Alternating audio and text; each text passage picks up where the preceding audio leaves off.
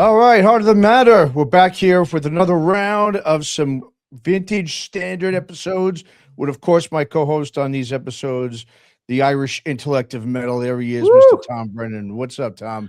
Matthew. There's going to be people watching this going, "Does that lazy fuck have a Christmas tree in the background?" That's what I was just thinking, man. Yeah, well, what's that all about? Is it am I like in a time No, warp here or something? Or no, it's is it not a really? screensaver. It's just like as the months roll by, now I'm thinking, now it kind of makes sense to think about leaving it up. So I think what I'm going to do is, which I've never done before, I'm just going to leave it up, and then when it comes after Thanksgiving, I'm ready. So there you go. It is what it is. Nice. Just leave it up year round. Like I was telling you before, I always when a Christmas tree's up, it's just always it puts me in a good mood anyway. So Yeah, man. I Listen, I, I'm I think watching a it's movie here. I get the lights are going on. I'm watching a dumb show on Netflix. I don't care. right. Yeah, it's a nice thing to have in the living room while you're watching TV, man. Amen. Awesome. Amen. Hell yeah. Well, not only is it great having a Christmas tree up, you know what I mean, but of course, under that Christmas tree, we're going to talk about this album coming up here. Mm. This was an album I believe I had gotten under my Christmas tree back in the early 80s. Santa brought me a nice gift around Nice. 83, 84. And of course, we're talking about the mighty Dio, and the album we're talking about today, Last in Line, here on Vintage Standard. I'll go through some of the, as we always do when we start these things off, Tom. I'll go through some of the, the information on the Yep. record. This album, well, just to me personally, I'll let you talk about it too. Mm. I think I always said there was always six albums in my early on as a kid that really grew in me to wind up becoming this metalhead, and Yep. obviously I'm still obsessed with metal to this day, and this was one of the records out of the six there, Last in Line, released in the summer of '84 on Warner Brothers, and it was of course the band's second release with that classic lineup of Ronnie James Dio, Vinny Appice, guitarist Vivian Campbell, and bassist Jimmy Bain.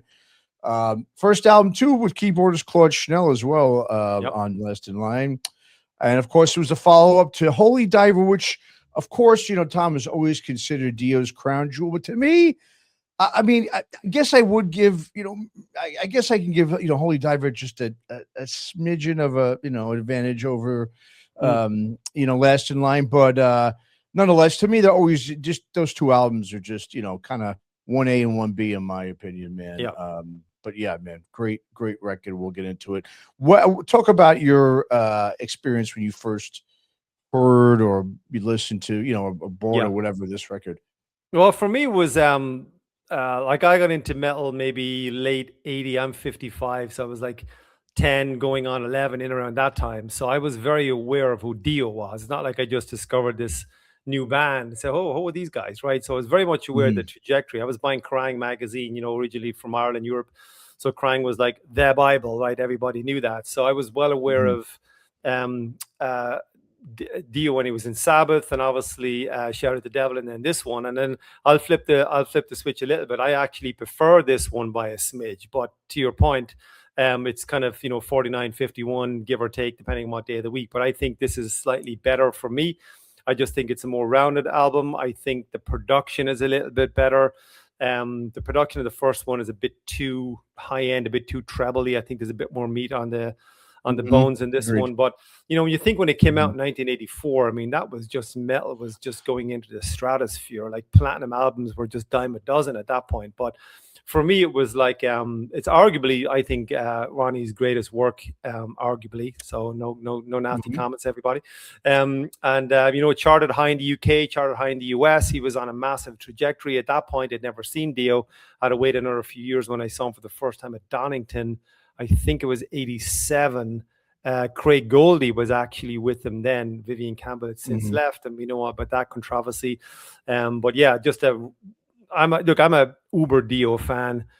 All of his work went right back to Rainbow, maybe not Elf, but Rainbow onwards, and everything he did in between. And he had a few patchy albums going on in the latter years. He kind of lost his way a little bit on style and production, and lots of guitar changes. But this one right here, absolutely stellar metal album, no doubt. Yeah, no doubt. Yeah, it's interesting you said, when you discovered, obviously you already knew who Ronnie James Dio was through Sabbath and so forth. Yeah. To be completely honest with you, I was 8 years old when this came out. I Yeah, didn't know who Ronnie James Dio was. sure. I don't even think I knew who Black Sabbath was yet. Right. As a 8-year-old, the only thing I was kind of privy to when it came to metal at that point was what I was kind of seeing a little bit on MTV, or there was bands, like I said, there was, Twisted Sister, Stay Hungry, and Yeah. Def Leppard's Pyromania, Shout at the Devil, Yeah. Motley Crue. Those were the albums. Quiet Rights, Mental Health. Those are the ones that kind of got me started. This was kind of right, like I said, right after all those I heard. I remember seeing, one of the things I love about this the album was obviously the title track, and we'll get into talking about the songs a little bit here. Yeah. I remember seeing the video for this. This is the first time I heard it, or saw it, I should say, really, on MTV. And I didn't even have MTV at the time because I think I've told this before. In New York City in the 80s, there was a period, I would say a period about 5 years or so, about from 83 to about 4 years, 83, 87, where certain parts of New York City, and unfortunately I was in one of the parts in Queens where we couldn't have cable television. For some reason, there was some hang up. Yeah, it was really strange. So it always bugged me because when I sometimes see these old videos or people talk about, oh, that band had this video, I remember this song video, I'm like, I don't, because I didn't have it then. The only thing I did have was going over family members' houses, like my cousin. I went over his house in Long Island, and there it is. This video popped up and it absolutely blew me away. Me and my brother were just like, whoa, we got to get this record. And so, yeah, I mean, that's how I kind of, learned about Ronnie James Dio. Like I said, didn't know him before this. Yeah. Interesting thing about this album was it was produced by Ronnie James Dio. Yep. Very interesting, too. Caribou Ranch in Colorado is where they recorded it. Very interesting. I always just assume a lot of these records, they're all done in LA, but I guess this was in Colorado, which is interesting. And it was the highest charting album for the band. That's in right. The US and the UK, it hit number 23 on Billboard. It went platinum here. Germany, it went platinum. In the UK, it actually went up to number 4. So as big as it was here, it was bigger over in Europe. It was also top 10 record in all the Scandinavian countries. I mean, like I said, we always hear Holy Diver is the crown jewel, but as you just mentioned, you kind of give a smidgen to this above it. At least, I mean, I know Holy Diver obviously set it up for this to become successful. Sure. But I believe from the video and just like you said, having that classic lineup on the second record, they just got better after the first one. And yeah, just a phenomenal record. What do you think about, we've talked about mascots before. And one thing is not that really Dio's known to have a mascot. I'd be honest with you, I didn't even really know that this was an official mascot. This Murray the Malakovian. I know, right? You know that was.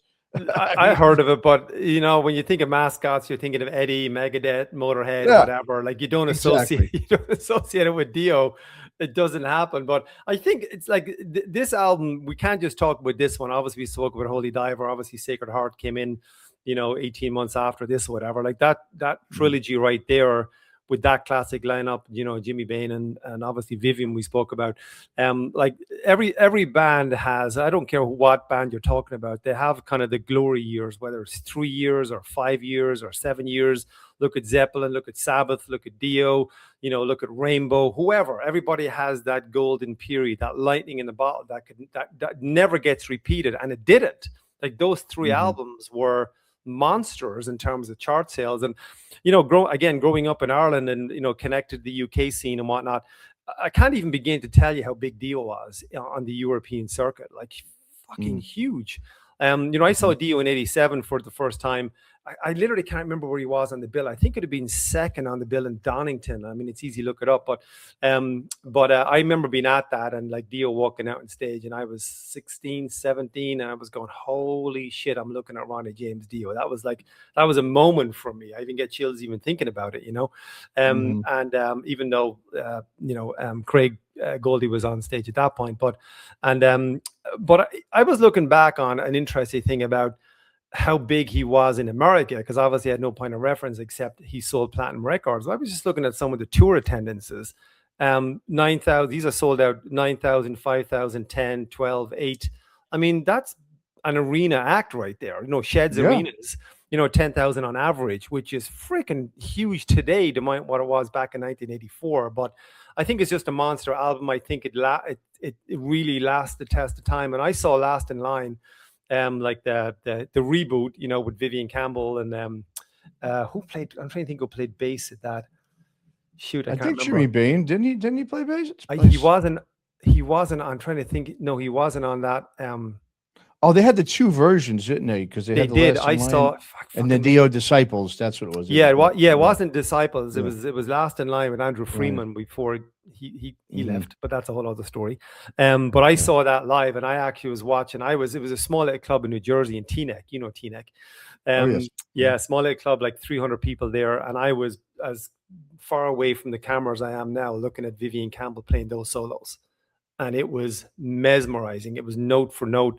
I mean, Vivian Campbell right now is almost like his money is made, but it's like the Def Leppard saga. His talent is wasted, because not wasted. That's whatever. He's not. No, I know what you're getting at. It kind of was. No, it kind of was. I mean, he was like he's a freaking kid on this. Obviously, Northern Ireland came to Sweet Savage. We know that trajectory and that story, but his playing on those 3 albums is monumental, and I got to see it like within 10 feet. So that album for me, it just brings me back to 13, 14.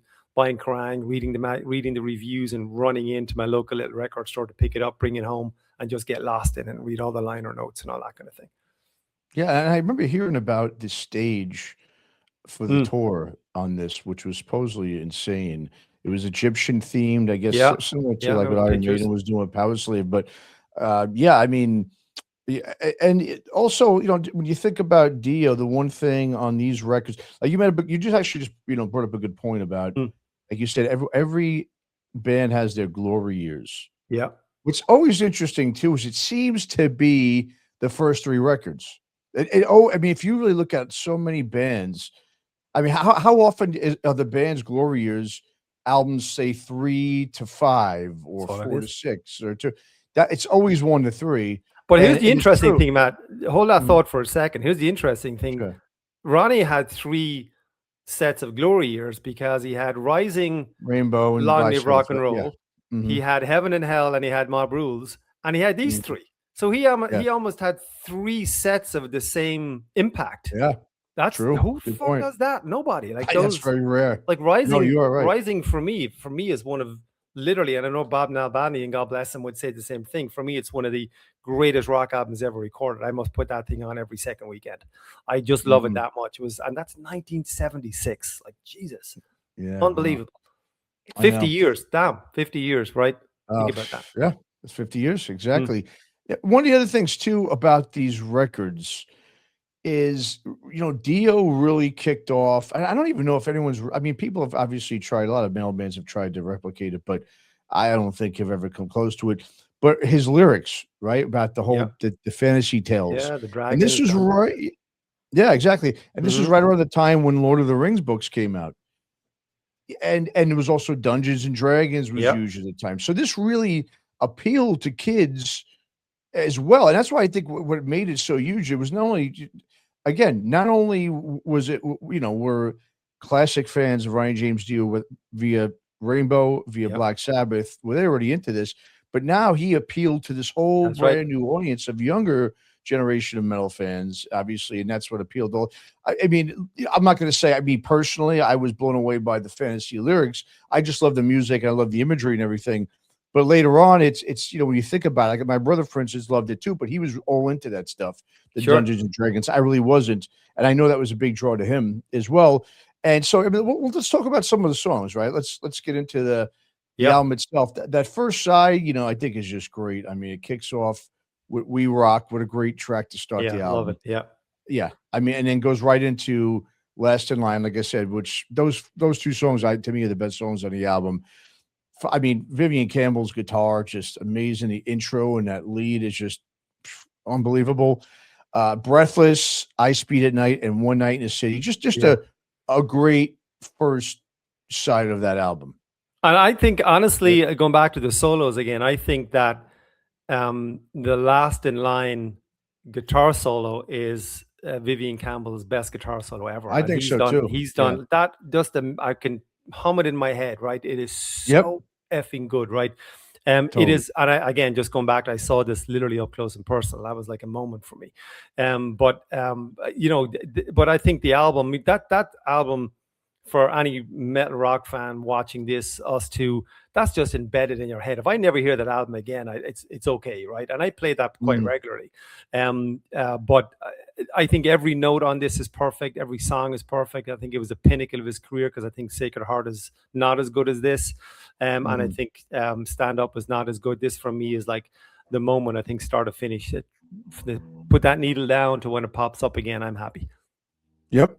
And when you look at the second side, Evil Eyes is a great song too. It starts off a great second. When you get to 7 and 9, I think the filler starts to come in a little bit. That happens. Mystery, it happens. I mean, this is, and look, remember, these bands put out like an album a year back then. Maybe a year and a half. Yeah. So there's gonna be filler. It's just the way it is. Mystery. Obviously, there was a video for the single. It's kind of interesting because that was always kind of more of the weaker tracks. Even though again, they brought in Claude Schnell. There was a little more of the synthesizer, influence going on at the time. And Mystery was the one where I think they were trying to rope in some more radio rock friendly kind of that kind of audience with Mystery. Like I said, it's probably it's the softest track on the album. Eat Your Heart Out. I think Eat Your Heart could have been a really good song. It just feels like it might have been. It wasn't worked on that much. There's some good parts of that song I like, but overall, it's just a little bit. Not. I just feel like it's not complete. I think Eat Your Heart and Mystery is almost like, hey, Ronnie, we need 2 more songs. You know what I mean? Okay, yeah, give me an hour. You know what I mean? It's kind of one of those situations. Pretty much. And of course, Egypt, right? The Chains Are On. Same thing. It reminds me kind of like Heaven and Hell, the song almost. It has like that same kind of bounce to it. Yeah, fair. And it's just a real kind of, again, I think you're right. It was like, okay, we need 2 more songs to finish this up. Let's get 36 minutes here. We need 2 more. Exactly. Yeah. But and like I said, I agree with you. It's really Dio's last great record. Sacred Heart, as we talked about a little bit, you mentioned, is where, to me, the train, I mean, not to me, I think to everybody, not to everybody, just in general, really with the band, the train really started to go off the rails. It was obviously then a very public feud between Ronnie and Vivian, and it was over, of course, money. But I guess the deal was that the guys were supposed to get paid more after the first 2 records, and I guess it didn't happen the way it was supposed to. Yeah, and I think the story, Wendy Dio was on record of having her side, and obviously, Vivian has his side, and I think I'm paraphrasing, but it was like, I think they're on like $500 a week or whatever. Whatever the number was back in the day, but and then Ronnie just said, "Hey, not yet. We're not making money yet. So as soon as we hit a certain pinnacle, then obviously then we can, get into new contract negotiations." And then Vivian, I don't know if Jimmy Bain was involved in that, but I know Vivian said, "Okay, sure, whatever." He was a young kid living the dream over from Ireland, whatever, and then that never happened. So he said, "Okay, I'm out of here." And honestly, there was. I think you sent it to me. There was a great interview recently with Vivian Campbell, one of his old buddies in Sweet Savage.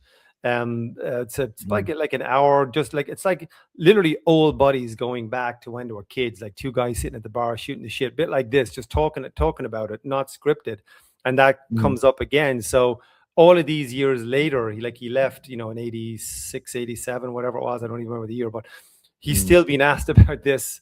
All of these years later, 40-something years later, it's still a topic when he gets interviewed. Well, and I can see why, because like you just mentioned before, he never, I wouldn't say, like you said, he's not that he wasted his youth, but let's be honest. I mean, this is where he made his name. I mean, this is all him.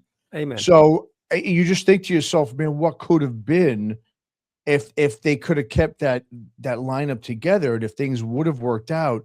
You can imagine what would happen, because like you said, when he went to Whitesnake, it wasn't really about him. And of course, to Def Leppard, same thing, right? I mean, he's really just he was just there. He wasn't the main guy. And so that's what really the sad part about it all is, And look, I mean, listen, Ronnie has always been known as one of the good guys in metal. You hear about these great stories. I mean, speaking of Bob Nalbandian, he actually gave Bob an interview for his fanzine. Yeah, I heard that back in the day, which is massive. Yeah, Bob sounds about 12 on it. I heard that. Yeah. Yeah. So for a guy at that level to do something like that is pretty amazing. He was always known as someone who remembered names and faces, would call people on their birthdays. He was just that kind of guy, a rare, so again, it's not. I mean, it always comes down to business. Look, I'm not going to sit here and blame Vivian for doing it. Of course, right? I mean, at the same time, he probably said, you know what, I'm going to believe in myself here. I'm going to, I'm worth more than this. We put out 2 great records, 3, oh, 3 great records. And people, I mean, what's he supposed to do? I kind of can't blame what he did either, because I think after doing that, he did deserve to get more. He was an up and coming star. So why would he just sit there and continue to be paid peanuts for a guy who's writing great music? So, and you don't know too with Vivian. Vivian was a kid at the time, like in his early to mid 20s. You don't know what advice he was being given. You don't know who was in his ear, or attorneys or friends or whatever. And you're a hotshot player. Tell Ronnie to go fuck himself, and you can make a name for yourself. And he did. I mean, he did okay, didn't he? He went like Whitesnake. That was just a stopgap, whatever. Just do a couple I think he did a tour. I can't even remember. I know he's in a few videos, but and then obviously the Def Leppard gig, and he's like, I saw Leppard a couple of times last couple of years, and like he's playing arenas, stadiums, whatever. So he did okay. Yeah. Well, and again, they've had 2 tribute bands for this. Really the last in, like you said, Dio and Disciples. So obviously, he did something right, and in terms of musically, and obviously these guys, I mean, made their mark. There's no doubt about it. Vivian did. It's just, again, I think that's why he still gets talked about, is because he also never buried the hatchet, right? Before Ronnie died in 2010. After he didn't, and you could tell that he's still carrying that. He says he's over it. He's not over it, because he's talking about it. And as human beings, we talk about what's on our mind. You can't help it, good, bad, or indifferent. So the fact, I know he's been asked the questions, I get that, but he still holds that grudge a little bit, and he does give a shit, even though, and he should actually say that. He said, you know what, it still eats me up. That's why I'm talking about it. But hey, what are you going to do? I was a young kid, and just like own it. I don't think he owns it, or he's trying to hide it. I don't really know. I mean, look, Vivian seems to be a good guy. I don't think I'm not the biggest fan of him. He never comes across as a warm person. When you see him in interviews, he comes across as what's the word I'm looking for? Not a jerk, but a little bit standoffish, aloof. He's not he's not the type of guy you want to have a beer with. I think he kind of wear you out after an hour. But that's just my opinion. Doesn't mean I don't respect him as a player. I think he's a monumental player, fellow Irish guy, and all that kind of thing. But wouldn't be my favorite person, but guitar players for sure. Yeah, but like you said, and maybe that's why he stayed in Def Leppard and say, you know what, I'm comfortable with this, because maybe because he didn't get paid, when he was with Dio, he just wanted to make a living, an honest living, playing music, and that's I think that's I think unless you're in that situation, you really, it's hard to speak on it, because you don't know what it's like, to write great music, put out a couple of great albums, not get paid, and then tell yourself, well, what am I going to do now? Am I going to start a whole new band? Am I going to try? I mean, the chances of that, of course, getting to that level that Dio got were very slim. So I think when he got the opportunity to take that Def Leppard gig, it's just I love to ask Vivian. I don't know if he's ever been asked this, and I don't follow everything he does, but just ask him, hey, if you could go back to the mid 80s again, 86, 87, when you were leaving, what would you do different? Like, what would you tell your younger self? Would you have stuck it out for an extra year? Maybe, okay, Ronnie, one more album, but then I'm gone. Or would you just bolt it? Like, we're just presuming that it was one meeting and he walked out the door. Probably just it was months of animosity. Maybe the stage chemistry was suffering because of it, whatever. We don't really know that. We know what we know based on what we read and what we look at. But if he could go back, because we've all made dumb fuck decisions when we're younger, said the wrong thing, heat of the moment, bad advice, whatever. But hey, Vivian, if you were to, what would you tell your mid-20s now based on that conversation? We guess we never know the answer, because I don't think he'd be honest enough to talk about it. Because if it's a different answer, he has to go back on what he said for decades. I would have to assume that he would say he'd stick it out for another record, right? Because he never did anything else really on his own. So why wouldn't you? I'm sure if you, in hindsight, you'd probably be like, yeah, maybe I would have given it one more record. If it didn't come through, then I would have told him to go, screw himself or whatever. But it's just, like I said, it's unfortunate. Who knows what could have been?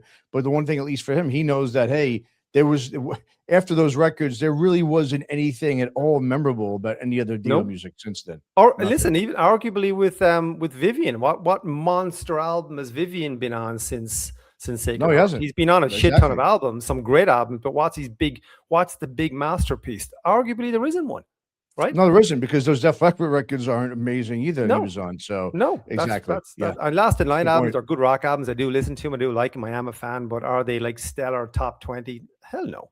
So, Yeah. but just going back on just one side issue, but about the kind of the what if, it's like, what if he had, taken a break for a year and then came back? Or I mean, if Ronnie, obviously, when they did Mob Rules and Heaven and Hell, and obviously the live album, that which is not live, but Live Evil, but you'd always wonder if they had lasted another album, because him and Naomi fell out, and then obviously Dio went in, and Ronnie went into the solo albums, and then the same then for Rainbow Rising and Long Live Rock and Roll, and obviously then Down to Earth came after that. What if there was one more album in there? What if Van Halen stuck for one more after 1984? There's a podcast right there. There's always that. Yeah, what right.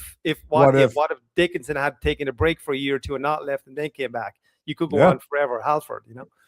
You could, and that's the thing. And the music business is just so, it's crazy like that. Yeah. Just one quick thing. I didn't realize. Speaking of Vivian Campbell, you remember the hearing aid, right? Metal's response to the Band-Aids. Do they know it's Christmas in USA for Africa's We Are the World? Did you know that was actually started by Jimmy Bain and Vivian Campbell? I did not know that. I thought it was Dio's project. I did too. No, it was actually Jimmy Bain and Vivian Campbell that started that. That was one, I guess, and like I said, that was one that there was a real a real metal community at that point in time. Never watched the video. Yeah, I mean, we watched it back in the day. Never watched hilarious. It recently. That song is like all the hair and everything. That song is fantastic. It has the longest guitar solo ever, because there's like 24 solos in it. But shit, man, that's a great track. That is a brilliant, brilliant song. Yeah, I know. It's just funny because I had no idea that those guys started. No. And one of the things, and one little tidbit just before we wrap this segment up here with about Dio, because he's got. I mean, like I said, I always think he's the best singer in metal ever. He's my number one. Always has been. Yeah. I don't think there's anyone who could sing like him. I mean, there's some great singers. Get me wrong, Halford, Ozzy, what have you, but nobody, I think, has the actual skill and just the range that Dio have had. What's crazy is he never ever received any vocal training. He actually, I remember Eddie Trunk talking about that when Eddie interviewed him a couple of times, and he was talking about warm ups and warm downs and whatever. And then Eddie was telling the story that he was, hey, listen, Ronnie, I better let you go for your warm up. And he's going, what are you talking about? And he said, I don't do warm ups. And he said, okay, see you later, and walked right onto the stage after an interview, and they just started singing Mob Rules probably. So he never did it. He just had that incredible natural ability, and he never, obviously, he died tragically in cancer and all that, but he never lost a note. You never heard a bum note from Dio on a live album, like ever. And even the latest Heaven and Hell kind of re-release with the live tracks is phenomenal. If anyone hasn't listened to it, it is phenomenal. It kind of it's like you fall back in love with Heaven and Hell again. And there's another band what could have been an extra few albums in there, right? And I actually I never got to see them. I had the ticket stub. They were going to support Maiden in Dublin, and then Ronnie died, but I still have the ticket stub that says Maiden in Heaven and Hell. So I never quite got to see. But I did see Dio twice. I saw him in '87, and I had in the year 2005. And Craig Goldie, I think it was on the Dream Evil tour. So I was lucky enough to see him in a 80,000 arena, kind of outdoor stadium, I guess, and in a small club of 500 people. So yeah, tip of the hat to Ronnie, legend, always will be. Legend. Yeah, he actually attributed his singing ability to the use of breathing techniques that he learned while he played trumpet. Wow. So I remember kind of pretty amazing, right? I mean, I would have. And he was small. He was a small dude. Like he had a big frame to pull from, right? Oh yeah, it's a very little guy. You would think though, with pipes like that he was absolutely like trained somewhat. Yeah. I just find it absolutely amazing that he had no training. I think that's just it explains, and again, just going back real quick, when you think of guys like Dio and guys like Rob Halford and Ozzy. Yeah. I mean, these guys are ambassadors for the genre, just real, cool guys. They're funny, they're articulate, they're very personable. Yep. I mean, these are the guys that, if you saw them in the store, they'll sit there and shake your hand and take a picture with you, right. And it's just something to me, when I think of bands like that, I try, because they personified metal. They were literally ambassadors of metal, where like compared to a band like a Metallica, not that I'm knocking on Metallica, but once Metallica got successful, they wanted to kind of move away from metal. And not the only ones. right. There's been so many bands who have done that. Yeah. So That's to me, when I think of a guy like Ronnie James Dio, he was metal personified. It's something that unfortunately, like I said, you know, I mean, we still have Halford. I would agree. You know, but how much longer? But yeah, But I it's think one too, of the Matt. thi- I think too, Matt, is that like how, like, you know, we're obviously a few years apart, but how blessed were we as metal fans to live through those greats? Because who's the new Ronnie? Who's the new Halford? Who's the new Exactly. Dickinson? You know, there isn't, right? Maybe there is, but maybe I don't know who they are. But we were blessed to kind of to live through those glory years. 1984, that album came out, right? Ride the Lightning, Power Slave, Defenders of the Faith, Stay Hungry, Shout at the Devil. Oh. I mean, what a come on. year. The other one I have here for music. Lee Aaron, Metal Queen of Ha Ha. I even wrote down Ha Ha. That's actually a good album. I like that album, Metal Queen, but what are you going to do? But that's just a snapshot of what 84 was. And, you know, Last in Line was right in the middle of it. Yep, 84. Great year. And this album, Last in Line, was one of those great albums of that year. And who did it? Was this Dio or Gene Simmons? Because that debate goes going on. I like Dio's explanation for the Maloik or whatever it's called, you know, the right. Italian thing. So I mean that to me seems a little bit more reasonable or believable, I should say. Yeah. I mean, did Gene Simmons do what's possible? I'm not going to sit here and say I know. I'm giving it to Ronnie, so screw Gene. I'm giving it Ronnie too. Ronnie, he coined it. He's the guy that takes. Yep, fuck you, Gene. Agreed.